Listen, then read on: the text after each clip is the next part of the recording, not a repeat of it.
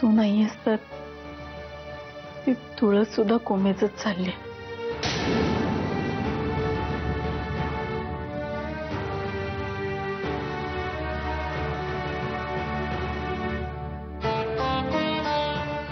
मी जाते, तुम्ही बोला.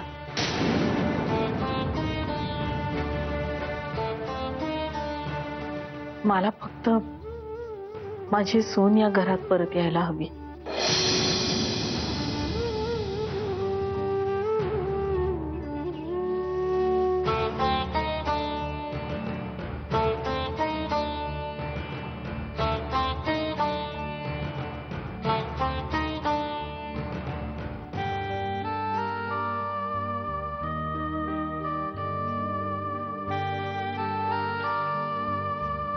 काही दिवसांपूर्वी बाबा महाबळे नावाच्या वकिलांना भेटले ते. माझ्या बाबांची इच्छा आहे की मी तुमच्यापासून लवकरात लवकर घटस्फोट घ्यावा.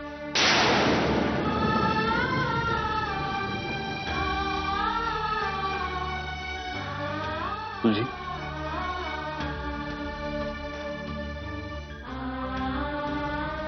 मी दुविधेत होते. आजही जेव्हा स्वतःला विचारते तेव्हा एकच उत्तर मिळतं. तुम्ही जे केलंय त्यासाठी मी तुम्हाला कधीच माफ नाही करू शकणार. हो, पण हेही तितकंच खरंय. तुमच्याबरोबर मी सुखाचे जे काही क्षण घालवले ते मी कधीच नाही विसरू शकत. निदान त्या क्षणांना स्मरून तरी आपल्या नात्याला पुन्हा एकदा एक संधी द्यावी असं वाटलं होतं मला. पण आता काय? आताही काहीच बदललेलं नाहीये मंजिरी. अनघाचं इथे असणं हा निव्वळ योगायोग आहे. पण अशाच योगायोगातून तुमची आणि प्रियाची ती व्हिडिओ क्लिपही पाहिली होती मी. पण त्याचा आणि ह्याचा काहीच संबंध नाही. जाऊ दे ना सत्यजित, यावर आपण रात्रभर चर्चा करत बसू. मरायच्या आधी तुझ्याबरोबर आधी सारखा एक क्षण सुद्धा जगायला मिळणार असेल ना, तर मी आयुष्यभर ही चर्चा करत राहायला तयार आहे.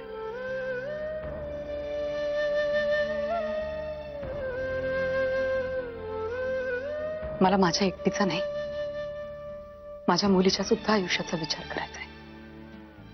तिच्यासाठीच सांगतोय मंजिरी, परत ये. आणि परत येऊन काय बघायचंय त्याने? तिच्या वडिलांची अनेक अफेअर्स? मंजिरी, मी तुला सांगतो. तुम्ही जे सांगताय आणि जे मी बघते त्यात अजिबात मेळ बसत नाही सत्यजित. आणि असंही आता मला माझ्या डोळ्यांना जे दिसतंय ना त्यावर विश्वास ठेवायचा आहे.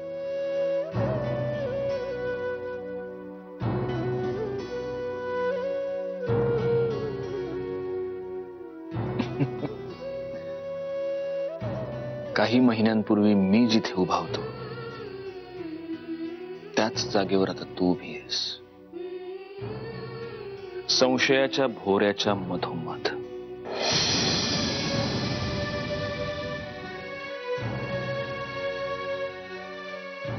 असेल ना, पण तसं जरी असलं तरी माझ्या संशयाला वास्तवाचा काहीतरी आधार आहे. तुमच्या बाबतीत तसं नव्हतं.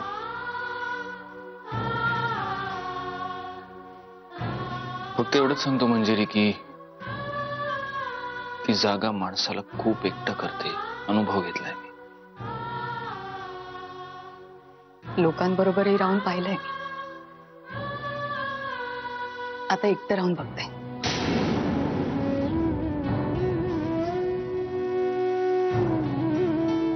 किती दिवस? कधीतरी कोणाच्या तरी आधाराची गरज लागेलच ना. बघेन ना तेव्हाचा तेव्हा. तू जर डिवोर्सचा विचार करत असशील तर माझ्याकडून तुला तो मिळणार नाही. आतापर्यंत करत नव्हते, पण आता करणार आहे.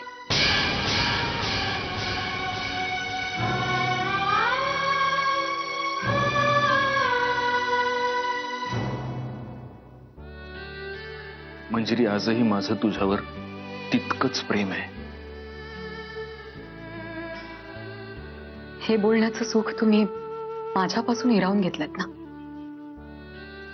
हाच तुमचा खूप मोठा अपराध आहे.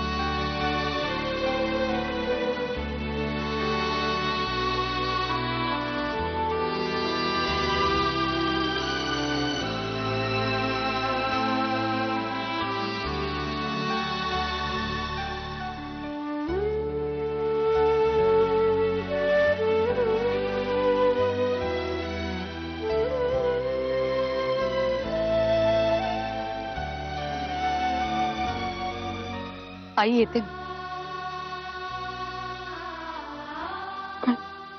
काय बोलणं झालं तुमच्या? तू कधी येतेस परत? मला आणि शुभ्राला भेटायला तुम्ही कधीही येऊ शकता आई.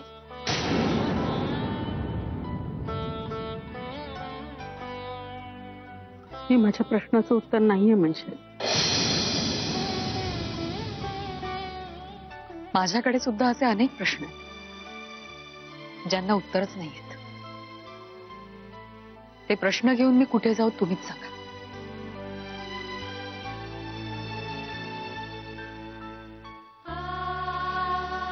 येते मी.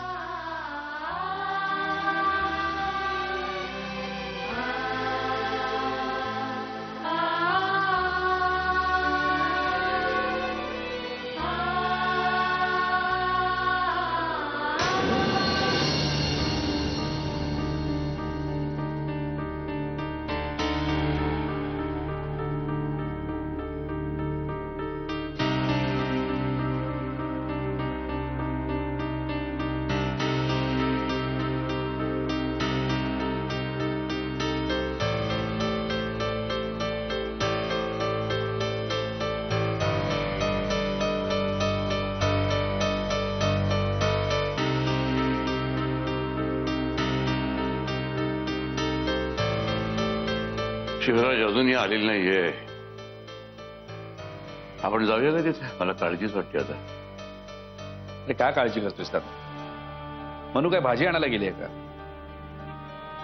ती आपल्या आयुष्याचा निर्णय घ्यायला गेली आणि त्याकरता जर सत्यजित रावांबरोबर तिला थोडा वेळ हवा असेल तर आपण तो द्यायला नको. मला तरी भीती वाटते हा माणूस तिला इमोशनल ब्लॅकमेल करेल आणि तिथेच राहायला भाग पडेल. नाही, असं होणार नाही. अरे कारण शुभ्रा आतमध्ये आहे. शुभ्रा करता ती येईल लगेच. शिवराज, आता इथपर्यंत येऊन यानंतर मला लढाई हरायची नाहीये. दादा राग नको माणूस. पण एक गोष्ट सांगू, तुझा प्रॉब्लेम झाला म्हणजे मनू आणि सत्यजित रावांचं नातं राहिलं बाजूला आणि ही तुझी लढाई झाली. हो, ही माझी लढाई आहे. ही माझी लढाई आहे. एका बापाची लढाई आहे ही. ज्या बापानं हताशपणे त्या नीच माणसाकडून आपल्या मुलीचा छळ होताना पाहिला, त्याची लढाई आहे ही लढाई त्या नवऱ्याची आहे ज्यानं त्या माणसाच्या पायावरती डोकं ठेवलं आणि ते बघून त्याची बायको इतकी खसली की तिने आपला जीव गमावला. ही माझी लढाई आहे आणि मला जिंकायची आहे ती. दादा, तुझ्या प्रत्येक लढाईत मी तुझ्या बरोबर आहे. पण या लढाईत आपण आपल्या मनूचा बळी तर देत नाही होत ना. Don't talk rot Shivraj. अरे यात मंजिरीचं कसं झालंय बळी? त्या सत्यजित मुधोळकरला काय सोनं लागून राहिलं का? डिवोर्सची डिग्री एकदा माझ्या हातामध्ये येऊ दे. मंजिरीसाठी एकाहून एक सरस अशा मुलांची लाईन लावतो की नाही ते बघ. या पुढच्या काही वर्षामध्ये मंजिरीच्या पदरात असं काही सुख येईल ना की ती विसरून जाईल या माणसाबरोबर तिचं कधी कधी लग्न झालं होतं ते. आणि शुभ्राला कुठल्या अनाथ आश्रमात नेऊन टाकणार आहेस? मूर्खासारखं काहीतरी बडबडू नको. अरे साहजिक आहे ना, जोपर्यंत शुभ्रा मंजिरीकडे आहे, तोपर्यंत तिला कसं विसर पडेल की सत्यजित रावांशी तिचं कधी लग्न झालं नव्हतं म्हणून. हे बघ शिवराज, तू माझ्या प्रत्येक शब्दामधून काहीतरी अर्थ काढून त्याच्याबद्दल ना माझ्याशी वाद घालत बसू नकोस. मला फक्त एवढंच म्हणायचं होतं की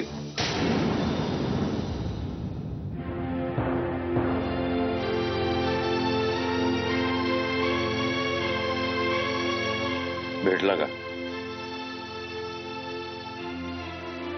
हो. काय निर्णय झाला?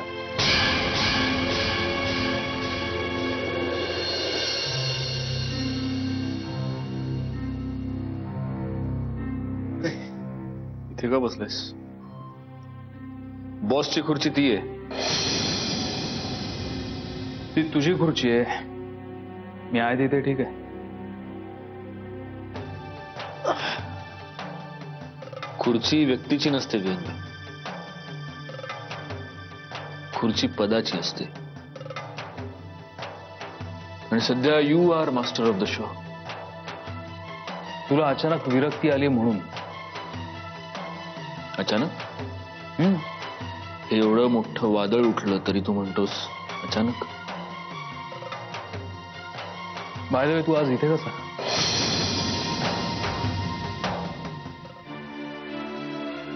भांडण केल्यानंतर, आदळापट केल्यानंतर, मूर्खासारखी बकबक केल्यानंतर माणूस दुसऱ्या दिवशी कशासाठी येतो? मला नाही माहित. माफी मागितल्यानंतरच माफ करणार आहेस का?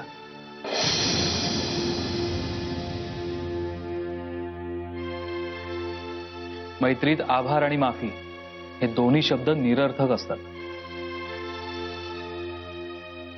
बस. नाही.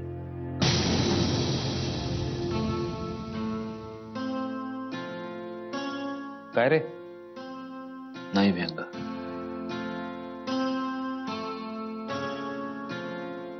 I am still not ready. तासन तास लॅपटॉप उघडून बसतो, पण मंजिरीचाच चेहरा, तिच्याच आठवणी डोक्यात घोंगावत राहतात. मला वेळ लागेल या सगळ्यातून बाहेर यायला. मला माहित नाही किती, पण वेळ लागेल. ते ठीक आहे, पण आपल्याला इथे काही कुणालाच नाही.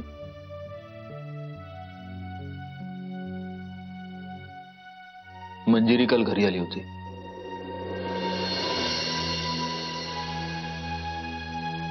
अरे वा. नाही, त्यात अरेवा वाटण्यासारखं काही नाहीये.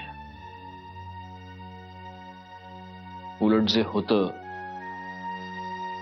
ते आता जास्तच बिघडलंय.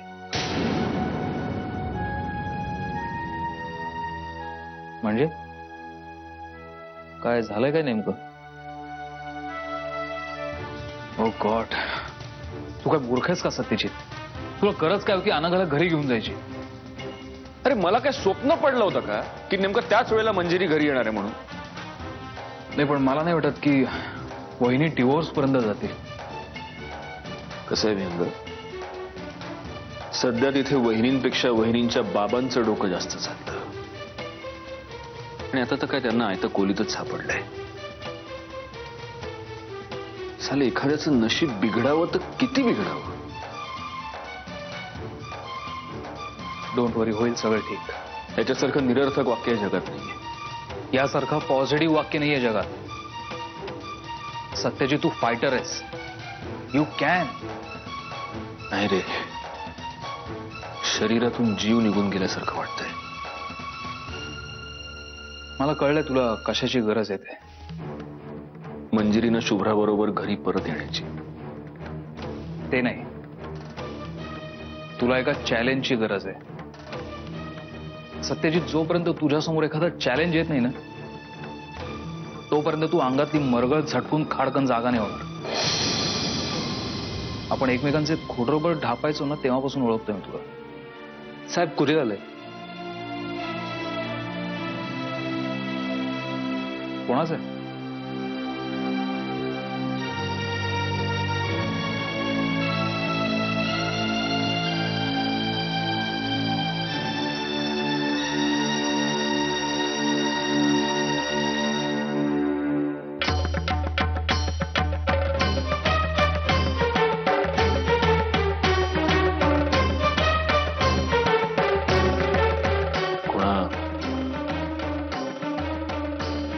ऍडव्होकेट महाबळेंकडून नोटीस आली आहे. ऍडव्होकेट महाबळे यांच्या अशील सौ मंजिरी मुधोळकर यांना आपले पती सत्यजित मुधोळकर यांच्यापासून घटस्फोट हवाय.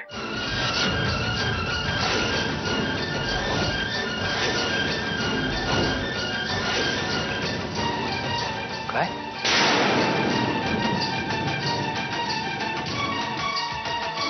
It is in black and white ना.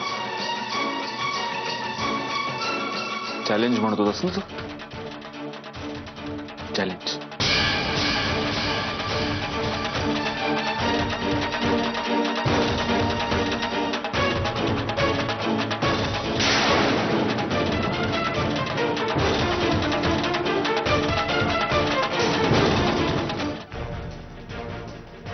तेव्हा ना त्यांना नोटीसही मिळाल्या असतील. मग आता या पुढली स्टेप काय असेल आपली? जर डिवोर्स म्युच्युअल कन्सर्नने म्हणजे दोघांच्या सहमतीने झाला तर मग काही प्रश्नच उरत नाही. मग फक्त आपल्याला कोर्टाला 6 महिन्याचं सेपरेशन दाखवावं लागेल.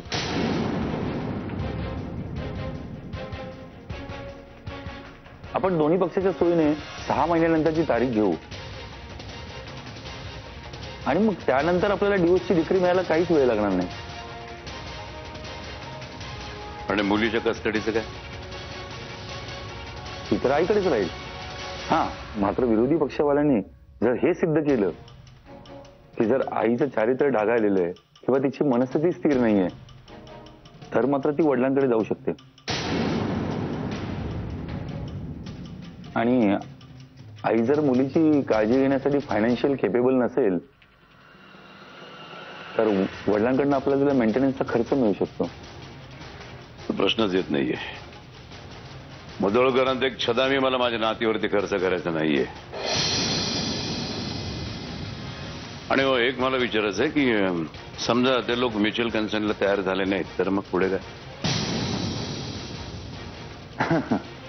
तर आमच्या साहेबांचा बँक बॅलन्स वाढेल. जर यांचा सामंजस्याने डिवोर्स झाला नाही तर कोर्टात हे प्रकरण चालू राहील. त्यांना आपल्या डिवोर्सच्या अर्जाला कंटेस्ट करावं लागेल आणि आपल्याला हे सिद्ध करावं लागेल की मंजिरीने तिच्या नवऱ्यापासून वेगळं होण्यामध्ये तिचं कसं काय भलं आहे. आणि ते आपल्याला वेगवेगळ्या बेसिसवर सिद्ध करता येईल. जसं क्रुएलिटी, डिसीट आणि मॅरिटल हॅरेसमेंट. ठीक आहे, फार आनंदानं सांगण्यासारखी गोष्ट नाहीये पण मंजिरीच्या बाबतीमध्ये सगळं लागू पडतं. एकच सांगतो सरनाईक सर, कोर्टात हे प्रकरण चिघळलं तर फारच मानसिक तणाव वाढेल.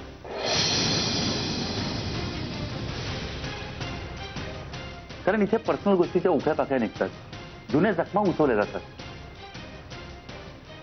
महाबळे साहेब फार मोठे वकील आहेत. त्या लोकांनी जर कोर्टात केस लढवायची ठरवली तर महाबळे साहेब त्यांना कोर्टात फाडून खातील. आणि हे सगळं आपल्यासाठी सुखद असणार नाही. नाही म्हणजे आधीच कल्पना देऊन ठेवलेली बरी म्हणून सांगितलं. गद्रे साहेब, मी जरा बोलू का? मला मान्य आहे महाबळे साहेब खूप मोठे वकील असतील, पण कोर्टात ते जी केस लढवतात ना ती माझी आहे. आणि या केसमुळे जे आयुष्य पणाला लागणार आहे ते सुद्धा माझं आहे. त्यामुळे एका बाबतीत मी सांगते तेच व्हायला हवं.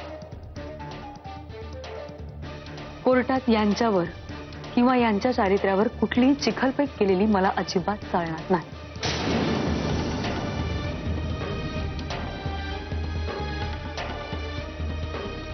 नाही पण हवं तर अट समजा तुम्ही माझी.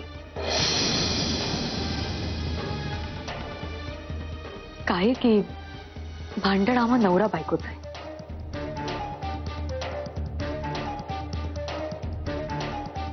आमच्या दुर्दैवाने ते कोर्टात जात आहे आणि त्यातही ते मी घेऊन जाते. पण म्हणून मला आमची डागाळलेली धोणी लोकांसमोर धुवायची नाहीये. आणि तसं जर होणार नसेल तर मला ही केसच लढवायची नाही.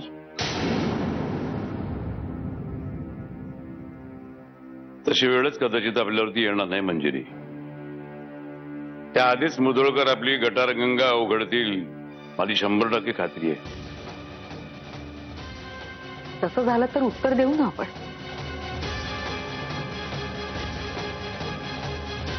पण मी पुन्हा एकदा सांगते बाबा, मी लग्न केलंय त्या माणसाशी. ते नातं माझा गर्व होतं, मान होतं. त्या मानाच्या चिंधड्या व्हायच्या त्या झाल्या,